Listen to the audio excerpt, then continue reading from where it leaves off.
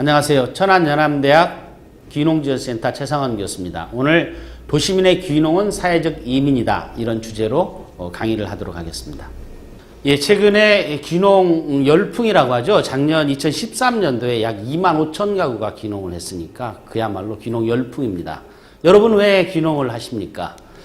1960년대 후반부터 나타난 향도 이천, 농촌을 떠나서 도시로 많은 사람들이 갔죠. 그런데 이제 다시 도시에서 농촌으로 돌아오고 있어요. 여러분들이 그런 귀농을 하는 데 있어서 어떤 어려움을 겪고 있는지, 어떤 생각을 가지고 귀농을 해야 되는지 이 시간을 통해서 한번 생각을 같이 해보도록 하겠습니다. 자, 어떤 귀농인이 한 말입니다. 내가 농촌으로 향하는 실질적 이유는 지금 사회 질서 속에서 행복하지 않기 때문이다. 경쟁적이고 일자리 문제도 상당히 심각하지 않나? 경쟁적인 사회 구조 속에 나는 너무 바쁘다. 행복을 위해서 돈을 버는 건데 결국 내 행복은 거기에 없다.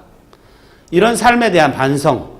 그래서 40대인 내가 귀농에 관심을 많이 가지는 것 같다. 여러분 동감하시나요? 저는 현장에서 많은 귀농인들을 만나는데 당구 치다가 지친 분들이 귀농하는 것 같아요. 당구 게임 아시나요? 흰 공으로 빨간 공을 2개 맞추면 1점. 흰 공으로 흰 공이 맞으면 벌점이 매겨지죠. 네. 지난 10년, 20년 도시에서 생활을 돌이켜보면 정말 열심히 했죠. 그래서 남들보다 승진도 빨리 해보고 또는 좌절도 해보고 또 돈도 벌어보고 했지만 돌이켜보니 남이 짜놓은 이런 당구대 같은 사각형 틀 안에서 계속해서 이리저리 부딪히면서 살았던 삶인 거죠. 그때 추구했던 가치라는 것이 경제적인 풍요, 사회적인 지위 이런 거였을지 모릅니다. 그런데 거기에서 지친 사람들이 이제 당구대 밖으로 나오는 거죠. 경제적 풍요, 사회적 지위보다는 육체적으로 힘들고 경제적으로 다소 궁핍해도 내 생각과 내 가슴이 풍요로워지는 삶, 그런 삶을 내가 주체적으로 살겠다 이제. 이런 것을 꿈꾸고 옮기는 것이 그중에 여러 가지 방법이 있겠지만 그중에 하나가 귀농 또 귀촌인 것 같습니다. 그래서 이분들이 이제는 예전의 귀농인들과 좀 다릅니다. 도시 생활에 지쳐서 도피를 하는 또는 생계 때문에 실직을 해서 이렇게 귀농하는 분보다는 내가 왜 농촌으로 가는지 스스로 납득할 수 있는 분명한 이유 찾기를 하고 옮겨가는 분들이 많아서 정말 건강한 귀농이 늘어나고 있다고 이렇게 생각을 합니다. 역으로 귀농하는 데 있어서 가장 중요한 것은 나와 내 가족이 왜 농촌에 가서 살겠다고 하는 것인지 그 분명한 이유 찾기가 귀농의 첫걸음이죠. 그런 이유가 찾아진 사람들이 그런 삶을 살기 위해서 그야말로 맑은 물 한 모금 입에 물고 파란 하늘만 보면 살 수는 없죠. 그런 삶을 살기 위한 경제적 소득 수단으로서 어떤 작물을 할 것인지, 어떤 가축을 키울 것인지 이런 것들을 고민하게 되는 거죠. 그런 고민이 순서가 바뀌어서 뭘 해야 돈이 되는지를 따지고 귀농을 준비한다면 실패할 어려움을 겪을 가능성이 많죠. 나랑 내 가족은 왜 귀농하는 것인가? 이거에 대해서 깊이 생각해보고 거기에서 그러니까 이것은 귀농은 단순한 거주 이전이거나 직업 전환이 아니죠. 살아가는 방식의 전환. 그러니까 삶의 철학이 바뀌는 거예요. 그러기 쉽지 않은 문제이죠.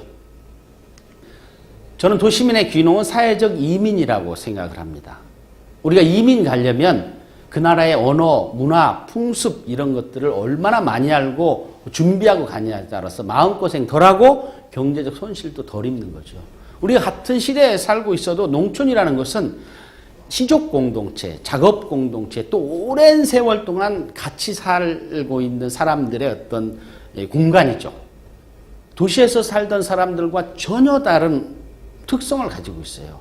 그래서 사회적인 이민이다 이렇게까지도 표현을 하는데 어떤 것들이 그런 건지 한번 몇 가지 살펴보도록 하겠습니다. 먼저 배우자가 동의하지 않는 귀농은 반드시 실패한다. 왜냐하면 귀농은 우리 가족이 행복하게 살기 위한 하나의 수단으로서 가는 거기 때문에 내가 너무 혼자 앞서가서 배우자가 끌려가듯이 가서는 행복한 삶을 이룰 수가 없죠. 천천히 살겠다고 귀농하면서 너무 서두르는 것은 아닌지 생각해 볼 문제입니다. 그래서 천천히 배우자와 함께 농촌에서 사는 삶에 어떤 가치들이 있는지, 또 배우자도 가서 무슨 할 일이 있는 것인지, 그런 것들에 대해서 서로 동기부여도 되고 공감이 될 때 우리가 귀농을 할 수 있죠. 그렇다고 해서 모든 걸 접고 동시에 같이 내려가는 것이 능사는 아니다. 처음에 귀농하면 어찌 보면 3년 동안은 소득이 없을 수도 있어요. 그래서 누군가는 오히려 도시에 남아서 계속 경제활동도 하고 하면서 한 명이, 남편이 또는 아내가 가서 자리를 잡는 것도 좋은 방법 중에 하나죠. 무조건 같이 짐 싸서 내려가는 것은 아니다. 예. 그래서 농촌 생활의 가치를 느끼고 배우자도 할 일이 있도록 준비하는 이런 것들이 중요한 조건 중에 하나죠. 그리고 역시 귀농은 도시하고 비교해서 불편할 수 있어요. 예. 많은 사람들이 의료, 또 문화, 쇼핑, 교육, 또 농촌 사회, 뭐 인터넷 같은 환경 이런 것들에 대해 우려를 많이 하는데 생각보다는 농촌이 이런 것들에 대한 불편은 지금 많이 없어지긴 했어요. 하지만 이런 것들을 무시하지 말고 세심하게 배려하면서 준비하는 그런 노력들이 필요하죠. 의료 서비스 같은 경우에 워낙 교통이 발달했기 때문에 큰 병일 경우에 큰 병원에 가는데 큰 문제는 없어요. 잔병에 걸려서 병원에 갈 일은 농촌 생활은 별로 없어요. 예를 들어서 아파트에서 나온 것 자체로 감기 이런 거 때문에 병원 갈 일은 아마 거의 없다시피 하죠.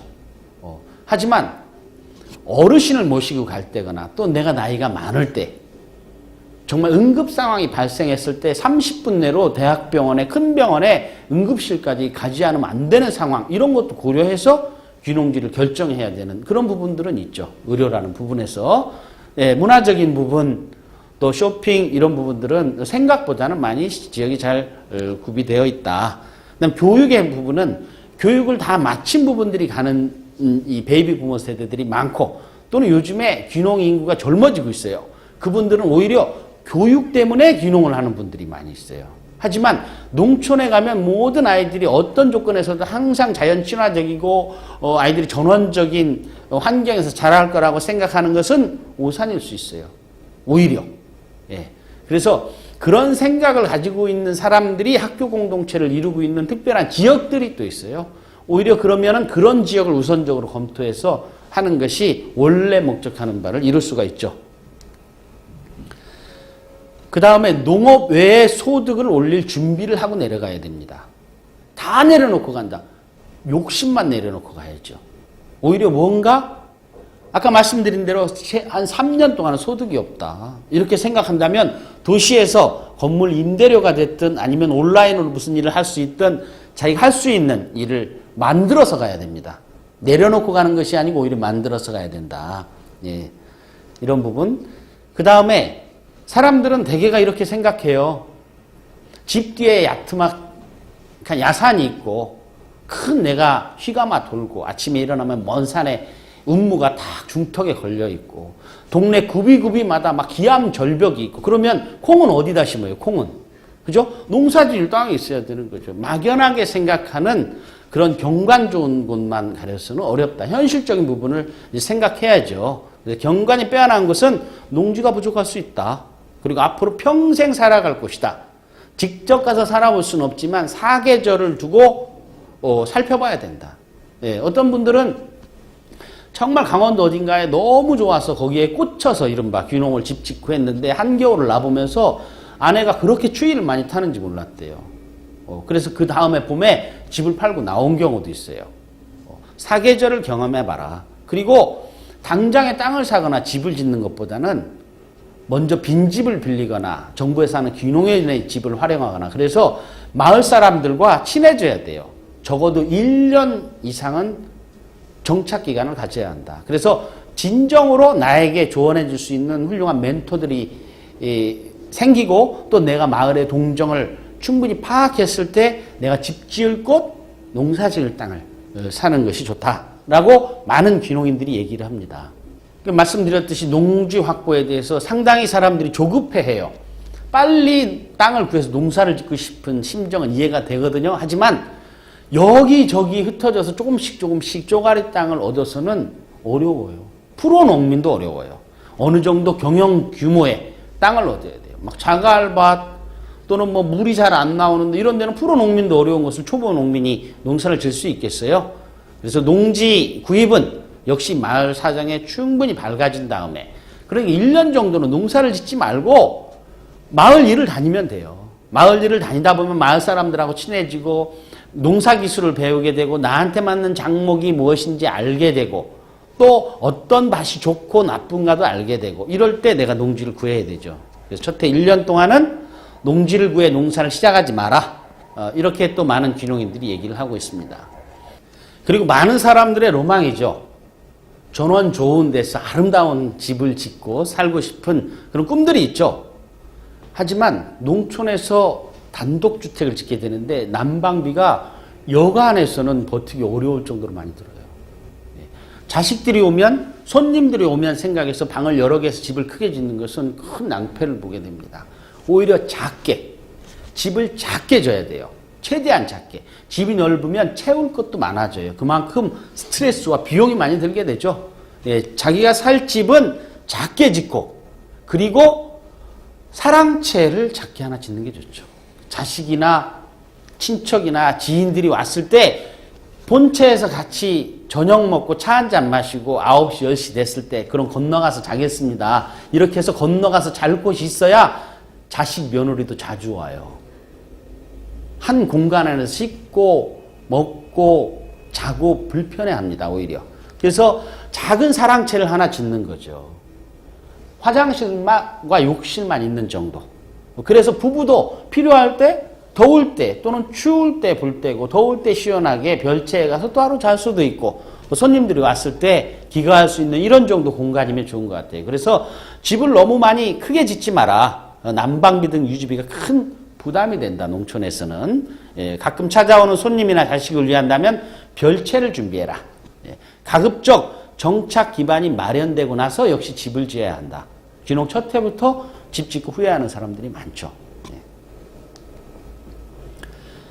그리고 우리가 이제 귀농을 하게 되면 생각보다 지역에서 이른바 텃세를 부린다고들 많이 해요. 근데 이 배경을 좀 알아야 돼요. 예전에 IMF 후에 약 7천 가구가 97년에 귀농한 적이 있어요. 몰려갔던 거죠. 지금도 우리 지역이 많이 준비가 안 됐다고 하는데 그 당시에는 얼마나 안 됐겠습니까? 그때 거의 1년 만에 다시 도시로들 갔거든요. 그때 지역에 핥히고 간 상처가 깊어요. 그때 잘못 대응해서 징계를 받은 공무원도 있고 돈을 물어낸 농협 직원도 있고 뭘 같이 하자고 했다 망한 농민도 있어요. 또 그 후로 지역의 땅값을 다 귀농인들이 많이 올려놨어요. 색안경을 끼고 보지 않을 수가 없죠. 하지만 최근에는 또 귀농귀촌인들이 와서 마을을 막 변화시키고 하는 데들도 많이 있어요. 마을 사람들은 어떻게 보면 그 중간에 있는 것 같아요. 마을 사람들의 심정은 경계를 하면서도 젊고 유능한 좋은 사람이 몇 우리 마을도 들어왔으면 하는 그런 심정도 있죠. 그러니까 무조건 텃세를 부린다고 오해하지 말고 그 배경을 잘 이해를 해야 되겠죠. 그리고 농촌은 지불 방식이 달라요. 서울에서는 개나리 아파트에서 목련 아파트 갈 때 옆집에 물 한 병 안 줘도 이상하지 않죠. 오히려 물을 한 병 주면 이상하죠. 농촌은 달라요. 내 돈 내고 땅 사고 내 돈 내고 집 졌지만 내 집까지 가는 마을 안길, 마을 입구에 잘 정비된 하천, 정자나무 이런 것들은 그 마을 사람들이나 그 마을 사람들의 선조들이 기부하고 부역해서 만들어 놓은 거예요. 지금도 마을 안길 땅이 누군가의 땅이에요. 마을 회관은 동네 돈을 내서 진 경우가 허다해요. 내가 돈을 내고 논밭을 샀지만 내 논밭까지 가는 농로는 누군가의 땅이에요. 70년대 말 80년대 초에 경지 정리를 할 때 이장님이 또리 아빠 자네 땅 서너 평 거기 길로 들어가니까 그렇게 알아? 하면 그렇게 알은 거예요. 지금 그분이 세금을 내고 있어요. 그러니까 농촌 사람들이 생각할 때는 콕 꼬집어서 얘기할 수 없지만 뭔가 무임승차하는 거죠. 거기에 대가를 지불해야죠. 어떻게? 돈을 얼마? 아니 막 돼지를 몇 마리 잡는 걸로 되지 않아요. 어떤 분은 장날 장애를 가게 되죠. 가끔씩. 그죠? 그러면 버스가 1시간 반, 2시간에 한 대씩 와요. 시골은. 그것도 시군에서 보조비를 줘서 겨우 유지돼요. 5분, 10분 전에 미리 나가 있다. 어르신들 나오시면 태우고, 장에 가시면 태우고, 가고, 올 때 또 기다리고 계시면 태우고 오고. 그러니까 할머니, 할아버지들이 보고서 평이 얼마나 좋게 나겠어요. 그죠? 그게 농촌을 안 보는 것 같아도 다 봐요. 하루 사이에 그 소문이 쫙 돌아요. 시골에는 이미 옛날에 와이파이만 다 깔려있는 데거든요. 물론 차를 한두 번 태워주는 것으로 되지는 않죠. 그런 접근 자세, 마음가짐이 중요하다는 거죠. 그래서 자기가 가진 재능이든 역할을 겸손하게 풀어낼 때, 그리고 마을의 기존의 질서를 존중할 때 마을 사람들은 서서히 마을의 일원으로 받아들이는 거죠. 농사 기술이 없어서 실패한 귀농인은 거의 없어요. 99%는 농촌사회에 적응을 못해서 실패한 거죠. 농촌사회에 대한 이해가 굉장히 중요한 거죠. 잘 적응하는, 마을에서 인정하는 사람한테는 농사 기술은 물론이고 농사 와서 져줘요. 네. 자, 제가 어떤 그 농촌 마을에 가서 어떤 젊은 분하고 얘기를 하다가 아버님의 가보를 가지고 왔어요. 공책이에요. 옛날에 아버님이 쓰시던 영농일지 겸 가계부 겸 1964년 어느 날 아버님께서 무한읍내로 이발을 하러 갔어요. 이발비가 10원. 예, 오시면서 쌀을 2대를 사왔어요. 40원. 쌀 한 대에 20원이죠. 지금 이발비가 10,000원쯤 하죠. 1000배 되는 거죠. 10원에서 10,000원. 그럼 쌀 한 대는 20,000원 해야 되는데 현재 쌀 한 대는 3,000~4,000원 불과하죠. 네. 이것이 농촌이 이 근대화 산업화의 어떤 짙은 그늘인 곳이죠. 농촌에 사는 사람들은 언제 끊어질지 모르는 그런 동아줄 같은 것을 그 사람들이 원해서 남아 있었던, 어쩔 수 없이 있었던, 부둥켜쥐고 있었기 때문에 도시에 사는 분들이 갈 곳이 있는 거죠. 그렇다면 도시 산업사의 잣대를 들이대고 이것이 틀렸다 맞았다 하기 전에 농촌의 저 짙은 그늘 밑에서 그 사람들과 함께 손잡고 걸어가겠다는 마음 자세, 굉장히 중요하죠. 농촌사에 대한 이해. 이것이 없으면 농촌에서 행복하게 살 수가 없어요. 정착할 수가 없어요. 이런 것들에 대한 충분한 이해가 필요하죠. 이해하게 되면은 상대방을 존중하게 되죠. 존중하면 나도 존중받게 되는 거죠. 이해하기 위해서는 공부가 필요하죠. 왜 그런지에 대한. 내가 이해할게. 이것은 이해가 아니죠. 결코 오래 갈 수 없어요. 왜 농촌사회가 그런지에 대해서 공부를 해야 돼요. 그럼 이해가 되는 부분들이 있어요. 그렇죠? 그러면 남을 존중하게 되고, 존중하면 내가 존중받는. 그랬을 때 나랑 내 가족이 행복한 농촌 생활을 이룰 수 있지 않나 이렇게 생각합니다. 마무리해서 말씀드리면, 첫 번째, 주민과의 관계가 굉장히 중요합니다. 어떤 사람이 귀농해서 성공한 사람이 얼마나 됩니까? 하고 물어보길래 귀농의 성공이 뭡니까? 1억, 2억 매출 올리는 게 성공일까요?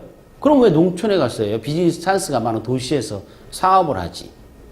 내 차가 농촌에서 어떤 수로 같은데 차가 바퀴가 한두 개 빠졌을 때 어느새 동네 트랙터가 달려와서 꺼내주면 농촌에서 성공한 겁니다. 귀농 성공한 거예요.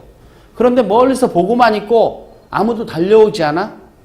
그러면 무슨 그 서비스 불러가지고 래커가 와서 꺼내줘? 실패하는 겁니다. 실패. 예를 들자면 그렇습니다. 두 번째, 가족들이 행복해하나 지금 삶에. 가족들이 행복해하면 성공한 거죠. 그렇죠? 그러니까 가족들과 늘 대화를 하고 가족들과 공유할 수 있는 농촌 생활을 기획하고 실행해 나가는 것들이 중요하죠. 목표를 거기에 둬야 된다는 거죠. 세 번째, 그런 삶을 살기 위해서, 유지하기 위해서 경제적 소득 기반을 갖추었는가. 가장 중요한 부분 중에 하나죠. 그런 것들을 내가 가진 역량, 체력, 기반, 적성에 맞는 소득원을 빨리 찾아야죠. 그래서 그런 기반을 마련한다면 귀농에서 원하는 그런 농촌 생활을 이룰 수 있지 않나 이렇게 생각합니다. 고맙습니다.